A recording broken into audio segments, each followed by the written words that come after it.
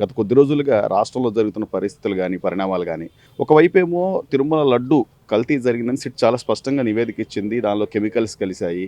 అలాగే ఒక్క చుక్క పాలు లేకుండా జరిగింది అని జెప్పేసి. మరోవైపు రాంబాబు గారేమో రాష్ట్ర ముఖ్యమంత్రి హోదాలో ఉన్న వ్యక్తిని లకారాలతో మాట్లాడడం. ఆయన్ని ఎళ్లి మళ్ళీ జగన్మోహన్ రెడ్డి గారు పరామర్శించడం. అదేమంటే ఆయనకి సన్మానం చేయాల్సింది పోయి అరెస్ట్ చేస్తారా అని జగన్మోహన్ రెడ్డి గారు మాట్లాడడాన్ని ఎలా చూడాలి? ఏంటి మీ అభిప్రాయం? ఈ రోజుల్లో ఏంటంటే రాజకీయాలు హ్మ్. పూర్తిగా భ్రష్టు పట్టిపోయాయి. హ్మ్. వైఎస్ఆర్ కాంగ్రెస్కి సంబంధించి హ్మ్. రాజకీయ తరగతులు అనేది ఏవి నిర్వహించరు వాళ్ళు. హ్మ్. అంటే ప్రతిపక్షాలను కానీ స్వపక్షంలో ఉన్న వాళ్ళు కానీ హ్మ్. ప్రజలను కానీ లేకపోతే బాధితులను కానీ బాధ్యతలు లేని వాళ్ళని కానీ ఎలా పరామర్శించాలి, ఎలా మాట్లాడాలనేది అవగాహన లోపం చాలా ఉంది. రెండోది, ఇప్పుడు తిరుపతిలో లడ్డూల్లో కల్తీ జరిగిన విషయం అనేది తేల్చారు. సిట్. తేల్చిన తర్వాత హ్మ్. ప్రభుత్వం దాని మీద చర్యలు తీసుకోవడానికి సుప్రీంకోర్టు వారు అనుమతించారు. అవును. దాని ప్రకారంగా వాళ్ళు తప్పు జరిగిందనే విషయం క్లియర్గా చెప్పారు. హ్మ్. తదుపరి 2-3 పరిణామాలు వేరే అంత ముందులో కూడా ఇప్పుడు వివేకానంద రెడ్డి గారి పరిణామాలు కూడా మూలన పడిపోయాయి. సిట్టు దర్యాప్తు జరగకోకుండా దాదాపు 5 ఏళ్ళు 6 ఏళ్ళుగా. వీటికంటికి ప్రధానంగా ఏంటంటే వాళ్ళకి ఎక్కడో అంతర్గతంగా ఏదో ఒక ప్రభుత్వం అధికారుల నుంచో ప్రభుత్వం నుంచో కూడా ఒక రకమైన బలమైనటువంటి వాళ్ళకి సపోర్ట్ ఉందనే ఒక ధైర్యంతో ఈ రోజున వాళ్ళకి బెయిల్ ఇవ్వటం, బెయిల్ ఇచ్చి బయటికి రావటం, వచ్చిన తర్వాత వారి నోటికి వచ్చినట్టుగా ఒక ముఖ్యమంత్రి హోదాలో ఉన్న వాళ్ళని అలా మాట్లాడటం అనేది వాళ్ళ సంస్కారహీనులుగానే మనం పరిగణించాలి. అంటే రాజకీయ నాయకుల్లాగా పరిగణించకూడదు. మీకు ఉదాహరణ చెప్తా.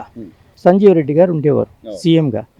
ఆయన దగ్గర ఒక వ్యక్తి, నాలాంటి వ్యక్తి కూడా కారులో ప్రయాణం చేస్తున్నారు. ఎక్కడికి వెళ్తున్నారు? శ్రీకాకుళం వెళ్తున్నారు. గౌతు లచ్చన్న గారు ప్రతిపక్ష హోదాలో ఉన్న వ్యక్తి, వారి దగ్గరికి వెళుతున్నారు. ఈ పక్కన కూర్చున్న వ్యక్తి సంజయ్ రెడ్డి గారిని ఈయన ఎలా అంటాడు ఇలా అంటాడని చెప్పారు. కొంత దూరం వెళ్ళిన తర్వాత డ్రైవర్ కాస్త కారు ఆపు అన్నాడు. నువ్వు దిగిరా అబ్బాయి అన్నాడు. నువ్వు వెళ్ళేసిరారా అంటే నీతి, నిజాయితీ, నిబద్ధత, ప్రతిపక్షమైనా స్వపక్షమైనా మర్యాదలు అనేది పాటించారు. రాజకీయాల్లో మర్యాదలు చాలా అవసరం. ఈ రోజున మనకున్న దేశంలో, మన రాష్ట్రమే కాదు ప్రతి రాష్ట్రంలో కూడా రాజకీయాలు మాట్లాడేటప్పుడు వీళ్ళ యొక్క భాష మరి ఒక ప్రజలకి చాలా యావగింపుగా ఉంటుంది. దీంట్లో మార్పు రావాలి. ఇంత కొంత చంద్రబాబు నాయుడు గారి నోట్లోంచి ఏ రోజు కూడా చెడు మాట రాదు, పొరపాటున రాదు. రాజకీయ పరిణితి చెందాడు. చిన్నప్పటి నుంచి రాజకీయాల్లో, విద్యార్థి రాజకీయాల నుంచి ఈ రాజకీయాలకి 45 ఏళ్ళు ఆయన ఉన్నాడు. ఏ రోజు కూడా పదవి విప్పి చెడు మాటలు మాట్లాడాల. మరి ముఖ్యమంత్రిగా చేసిన జగన్మోహన్ రెడ్డి గారు తన పదజాలం ప్లస్ తప్పు చేసిన వాళ్ళని సమర్థించడం, అది ఎంతవరకు ప్రజలు అనుమతిస్తారు? సో మీరు అన్నట్టు సార్ చాలా స్పష్టంగా మీరు చాలా క్లియర్గా చెప్పిన విధానం ప్రకారం ఇప్పుడు వీళ్ళు ఏదో సామాన్యులు లేకపోతే ఏదో కార్యకర్త స్థాయి అంటే అనుకోవచ్చు. కానీ ఒక మంత్రి హోదాలో చేసి మాజీ మంత్రిగా ఉన్న వ్యక్తి బయటకు వచ్చి అంత రెచ్చగొట్టేది అంటే లా అండ్ ఆర్డర్ డిస్టర్బ్ చేయడమే వాళ్ళ మోటో అని అంటారా? లేకపోతే దానివల్ల వాళ్ళకి వచ్చే ఉపయోగం ఏముంది సార్? ఈరోజు కోర్టులని పక్కదారి తప్పించి కోర్టుల్లో ఉన్నటువంటి వాళ్ళ అధికారులని వాళ్ళ చేతుల్లో పెట్టుకోవటం కోసమో బెదిరించడం కోసమో జరిగిన సంఘటనలు చాలా చూసాం. జడ్జీలని బెదిరించారు, లాయర్ని బెదిరించారు. నువ్వేం చేస్తావు చూస్తాను, బయటకు వచ్చి ఇంటికి వెళ్తావో చూస్తా అన్నారు. సో వ్యవస్థలో ఇలాంటి సంఘటనలు చాలా ప్రమాదకరమైన సంఘటనలు. భవిష్యత్తును ఆలోచిస్తూ ఊహిస్తే ఈ రాజకీయం జగన్మోహన్ రెడ్డి గారి పార్టీ వైఎస్ఆర్సీపీ కానీ ఇంకొక పార్టీ కానీ, అది తెలుగుదేశం అయినా సరే తప్పే. నిన్న మొన్న ఒకతను చంద్రబాబు నాయుడు, మీరు తప్పు చేస్తే నేను సహించను, నాకు నా పార్టీ లేకపోయినా పర్వాలేదు, కానీ మీరు డిసిప్లిన్ మెయింటైన్ చేయాలి. అది రాజకీయ పరిణితి చేసిన మాటలు. కానీ దానికి కాకుండా రాంబాబు గారు బూతులు తిడితే ఒక సీఎం గారిని ఆ పదజాలతో మాట్లాడటం ఎంత హేయమైనటువంటి భాష, ఎంత జిగుత్సాకరమైనటువంటి భాష. అది మళ్ళీ ఇలాంటి వ్యక్తులే బయటకు వచ్చి మళ్ళీ మాకు ఓట్లేండి, రేపు వచ్చాక ఒక్కొక్కటి సంగతి తేలుస్తామని కూడా బెదిరించే ధోరణి అంటే వీళ్ళని ప్రజలు నమ్ముతారా సార్? నమ్మటానికి అవకాశం లేదు. కాకపోతే ఒకే ఒక ఆధారం, అంటే ప్రతి వాళ్ళకి నదిలో ఏదైనా కొట్టుకుపోయినప్పుడు ఒక చిన్న ఆధారం దొరుకుతుంది, ఒక చెక్క మొక్క దొరుకుతుంది, దాన్ని ప్రయాణం చేసి గట్టు చేద్దామని. వాళ్ళకు కూడా కుల ప్రతిపాదక అనేది ఒక ఆధారంగా తీసుకొని ఈ కులస్తులు నాకు 40% ఓట్లేసారు, పోయిసారి 11 సీట్లు వచ్చినా నాకు ఓట్లేసారు, భవిష్యత్తులో ఇంకొక 5% లాగేస్తే నేనే ప్రభుత్వాన్ని వస్తానని ఒక అనాలోచిత ఆలోచన చేపట్టం వాళ్ళు ఈరోజు జరిగిన ఈ సంఘటనకన్నిటికీ కూడా ఒక మూలం. ఆ మూలాన్ని మనము ఛిద్రం చేయాలి. అంటే ప్రభుత్వం కాదు, కోర్టులు నిజాయితీగా వ్యవహరించాలి, జడ్జీలు నిజాయితీగా వ్యవహరించాలి. ఇవాళ పేపర్లో పొద్దున్నే చదివానండి, సిట్టు నీరు గార్చింది. అసలు కుట్రదారుల్ని పక్కన పెట్టేసేసి 2-3 పాప ప్రభుత్వ అధికారుల మీద వేసేశారు అని చెప్పేసి. అది ప్రజలు చూస్తున్నారు, చదువుతుంటున్నారు, అవగాహన కూడా చేసుకుంటున్నారు. వెనకటి కాలంలాగా ఉంటలా. ఇవాళ పల్లెల్లో ఉన్నటువంటి వాళ్ళు పట్టణాల్లో కంటే ఎక్కువ పరిణితి చెంది డిస్కస్ చేసుకుంటారు, ఇది మంచిగా చెడా అనేది. సో భవిష్యత్తులో నాకు తెలిసిన మాత్రం వైఎస్ఆర్సీపీకి ఒక ఉత్తమమైన మార్గం ఉంటుందని నేనైతే అనుకున్నాను. బాబాయ్, ఈ రోజున తిరుమల లడ్డుకు సంబంధించి ఇన్ని కోట్ల మంది భక్తుల మనోభావాలకు సంబంధించిన అంశం కనీసం ఆలోచన ఉందంటారా అప్పుడు ప్రభుత్వంలో? అప్పుడు ప్రభుత్వం లేదు, ఇప్పుడు ప్రభుత్వానికి లోపల దాకా వదలరు వీళ్ళు. అది మరి అంబటి రాంబాబు గారు సన్మానం చేయాల్సింది పోయి లోపల వేసారు అంటున్నాడుగా. ఆడి సన్మానం చేయాలా? జగన్మోహన్ రెడ్డి గారు నేను అంబటి రాంబాబు గారు వాళ్ళిద్దరిని కలిపి లోపలైతే దళిద్రం తెలియదు ఆంధ్రాకి. ఎందుకని అంటారు? వాళ్ళు చేసే పనులు దేవుడికి ఏం చేశారు? ఇద్దరు డెవలప్మెంట్ లేదు, ఫ్యాక్టరీలు లేవు, ఏమి లేవు. దేనికి? తిరుమల లడ్డు వివాదం అయితే అది అన్యాయమా కాదా? ఈ చంద్రబాబు చేసింది అన్యాయం కాదు, వాళ్ళు చేసింది అన్యాయం. చేసింది అన్యాయం కాదు, పాపం. అది వాళ్ళకి లేదు, వాళ్ళకి ఇప్పటికీ ఉండదు, అస్సలు ఉండదు వాళ్ళకి. వాళ్ళు చేసేది అలాంటిది. ఇప్పుడు నేను అంటుంది ఏంటంటే ఇన్ని కోట్ల మంది భక్తులకు సంబంధించింది కదా. అప్పుడు అయోధ్య రామ మందిర నిర్మాణం అప్పుడు కూడా ఈ లడ్డూలు తీసుకెళ్లారు. దాన్ని కూడా డబ్బులు వచ్చే ఒక ఆదాయ మార్గంగా చూడాలి, ఎంతవరకు సమంజసం? జగన్మోహన్ రెడ్డి కావాల్సిన డబ్బు, వేరే ఏం అవసరం, ఎవడేమైనా పర్లా, అంటే డబ్బు. మరి మళ్ళీ నేను వస్తా అంటున్నాడు, ఎక్కడి నుంచి వస్తాడు? చేసుకోమను. పాదయాత్ర చేసి ఏమవుతుందిగా, పాదయాత్ర చేసి కొన్ని ఊళ్ళు తంతారు కూడా, అలాగుంది. అంతే, అంతేగాని నమ్మరంటారు. ఎవరు నమ్మరు, నమ్మే ఓపిక లేవు. ఇప్పటికీ చేసే తప్పుడు ప్రచారాలేక.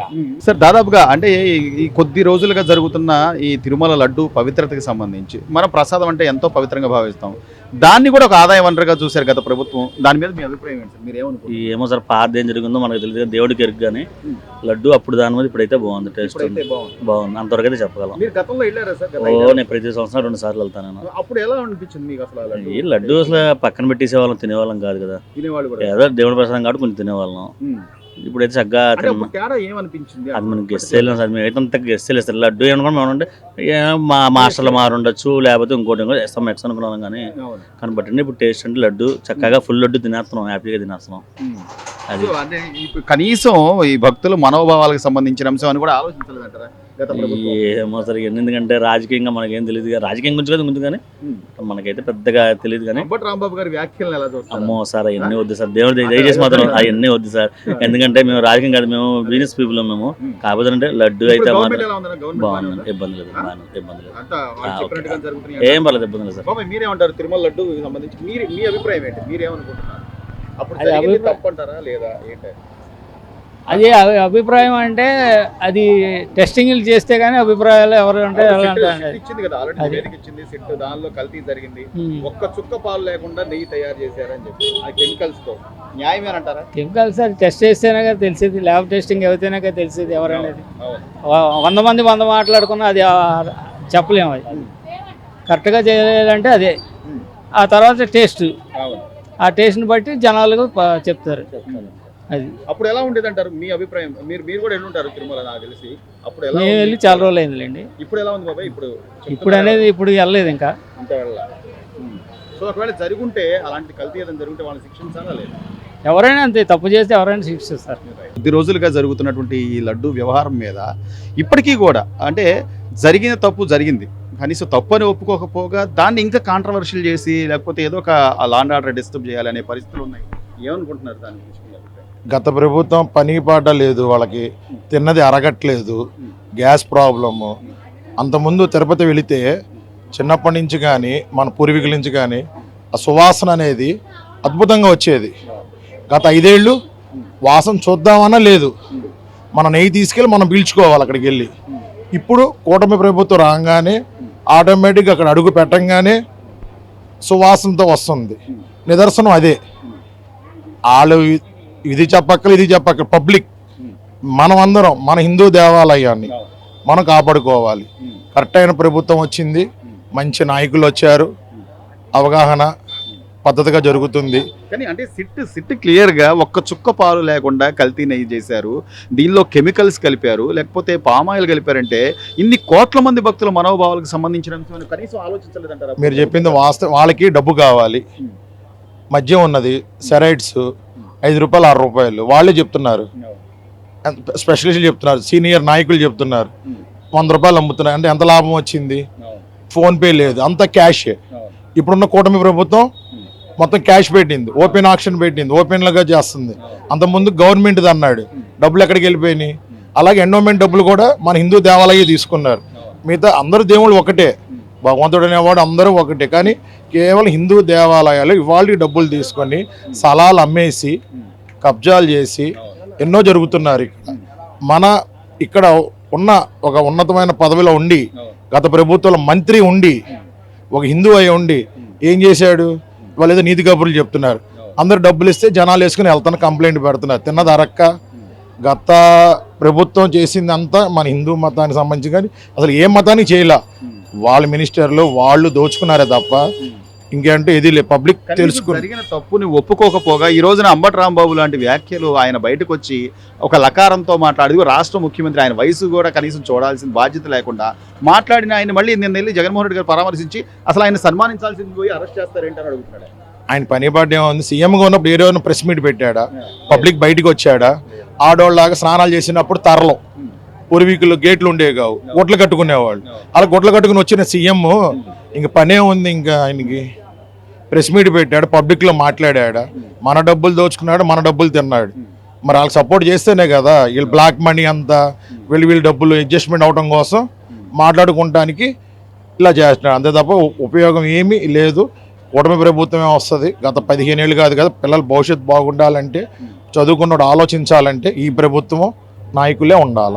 చివరిగా ఒక పార్టీ అధ్యక్షుడిగా, ఒక రాజకీయ పార్టీకి సంబంధించిన వ్యక్తిగా, గతంలో రాష్ట్ర ముఖ్యమంత్రిగా చేసిన వ్యక్తిగా, మాజీ ముఖ్యమంత్రిగా కనీస బాధ్యతతో జగన్మోహన్ రెడ్డి గారు వ్యవహరిస్తున్నట్టు అనిపిస్తుంది. అంటే ఎక్కడ చూసినా కూడా ఈ రోజున రప్పా బోర్డులు కానీ, లేకపోతే ఎవరైతే అల్లరి చేస్తే వాళ్ళ ఇళ్ళకెళ్ళి వాళ్ళనే పరామర్శించి రావడం కానీ, ఆయన ఎంతవరకు బాధ్యతగా ఉన్నాడు? ఆయన శవ రాజకీయాలు తప్ప ఇంకేం చేతవచ్చు. ఆయనకి ముఖ్యమంత్రి ఉన్నతమైన పదవి, ఈయన వల్ల వాళ్ళ తండ్రి గారు ఉన్న పరువు పోతుంది, ఆయనకున్న పేరు పోయింది.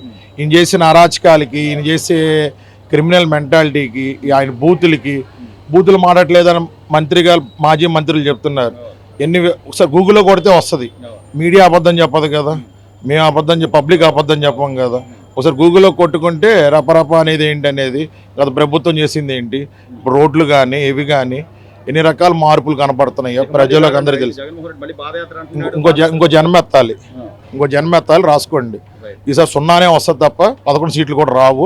ఛాలెంజ్ చేసి చెప్తాను నేను. సార్, దాదాపుగా అంటే 4-5 రోజులుగా జరుగుతున్న పరిణామాలు చూస్తుంటే ఈ రోజున కొన్ని కోట్ల మంది భక్తుల మనోభావాలకు సంబంధించిన అంశం, తిరుమల లడ్డూకు సంబంధించి అది ఒక్క చుక్క పాలు లేకుండా కెమికల్స్ అలాగే పామాయిల్తో ఆ స్వామివారి లడ్డు తయారు చేయడం కానండి, అంటే చివరికి ప్రసాదాన్ని కూడా ఒక ధనార్జనలాగా వాళ్ళు చూశారంటే ఎలా చూడాలి? ఈ అంశాన్ని మళ్ళీ పక్కదారి మళ్ళించడానికి అంబటి రాంబాబు గారు చేసిన వ్యాఖ్యలు ఇవన్నీ ఎట్లా చూడాలంటే? సార్, ముందుగా ఏంటంటే గత ప్రభుత్వంలో ఏం చేశారంటే, వైసీపీ ప్రభుత్వంలో తిరుమల అంటే భక్తితో వెళ్తాం. వాళ్ళు ఎలా ఉన్న వాళ్ళకి ప్రసాదం ఇంటికి వస్తే అదే భక్తి దేవుడు వచ్చారని అనుకుంటాం. అలాంటి లడ్డూని వీరు కల్తీ చేసి కూడాలు కలిపి ప్రజలకి, అది ఎంత పాపం అంటే అయోధ్య రామాలయం జరిగింది, అక్కడ కూడా పంపిణీ చేశారు. ఎంతో మంది హిందువుల మనోభావాలు దెబ్బతీటలు చేశారు. అంత ఘనకీర్తి ఉంది ఈ వైసీపీ ప్రభుత్వానికి గతంలో. అయితే ఆ లడ్డు చేసి ఎంతమంది మనోభావాలు నాశనం చేశారు. ఈ లడ్డు వలన అప్పుడు అవి ఉన్న అంబటి రాంబాబు గారు ఏమన్నా ఆ లడ్డు బాగుంది అది చెప్పి చేశారు. అదే అంబటి రాంబాబు ఇప్పుడు ప్రభుత్వంలో దిగిపోయినాక లడ్డు గురించి వివాదం పక్క తెచ్చడానికి మాట్లాడుతున్నాడు. దానికి మళ్ళీ సపోర్ట్గా ఈయన మాజీ సీఎం జగన్ గారు వెళ్ళి పరామర్శించడం, మళ్ళీ సన్మానం చేయడం అంటారు. ఎంతవరకు న్యాయం అండి ఇది? ఎంత పాపం అండి? అంటే అసలు ఈ రాంబాబు గారి వ్యాఖ్యలు చూస్తే ఒక రాష్ట్ర ముఖ్యమంత్రి, అందులోని పెద్దవాడు, అలాంటి వ్యక్తిని పట్టుకుని లకారాలతో మాట్లాడడం కానివ్వండి, కనీసం ఇంట్లో ఆడవాళ్ళు, వాళ్ళ ఇంట్లో కూడా ఆడపిల్లలు ఉన్నారు, ఇవన్నీ ఆలోచించకుండా ఆయన అలా మాట్లాడడం అసలు పెద్ద మనిషి. అసలు ఆయన నోటికి వచ్చి మాట్లాడమండి, వాళ్ళ నోటికి ఏది వస్తుంది మాట్లాడే. గత ప్రభుత్వం చేశారు, ఇప్పుడు అదే చేస్తున్నారు. ప్రభుత్వం దిగిన ఇంకా ఏం బుద్ధి రాలి వాళ్ళకి, ఇంకా అదే మాట్లాడుతుంది. ఇంకా అది అసలు అవ్వదండి, అది అయ్యే పని లేదు. ఇలా మారితే ఎవరు అవుతుందండి? ఎవరు చేస్తారు? గత ప్రభుత్వం అలా చేశారు కాబట్టి ఇలా అయిపోయారు. ఇప్పుడు అందరికి ఎవరికైనా తెలిసిందే. చూస్తే ఇప్పుడు అంత మీడియా వచ్చింది, ఇప్పుడు లడ్డు అయిందని చెప్పి ప్రతి ఒక్కరు చదువుతున్నారు, పేపర్లో చూస్తారు, పేపర్ ద్వారా నమ్ముతున్నారు. మీడియా భాగంలో నేను ఉన్నదో చెప్తాను వాస్తవం, అంతే లేని చెప్పట్లా. వ్యక్తం చేశారు ఇప్పుడు మీ వల్ల అందరికి జనం తెలిసిందే ఇది. సో నిజంగా అలా కల్తీ చేసి దానిలో కూడా డబ్బులు కాజేయాలని చూసిన వాళ్ళని నిజంగా ఏం చేయాలంటే సార్ వాళ్ళకి ఖచ్చితంగా ఆయన తిరుమల వెంకటేశ్వర స్వామి ఆయన జోలికి వెళ్ళడంలో నాశనం చేస్తాండి. ఎంతో మంది బుస్తాత అయిపోయారు, అర్థమవుతుందా? ఆయన జోలికి వెళ్ళకూడదు, అది ఆ దేవుడు చూస్తుంటాడు. సన్మానం చేయాలి కానీ అరెస్ట్ చేస్తారా అని జగన్మోహన్ రెడ్డి గారు అడగడం, ఆయన ఏమన్నా అర్థం కావట్లే, ఆయన అసలు ఎలా మాట్లాడుతున్నా అర్థం కావట్లే. ఆ ఇంటికి వెళ్ళి అలాంటి వాళ్ళు లాల్ పెట్టాలి కానీ దాన్ని సన్మానం చేయాలి మాట్లాడుతున్నాడు, అసలు అది ఎలా మాట్లాడుతున్నా అర్థం కావట్లే. Please subscribe to Leo News for more videos.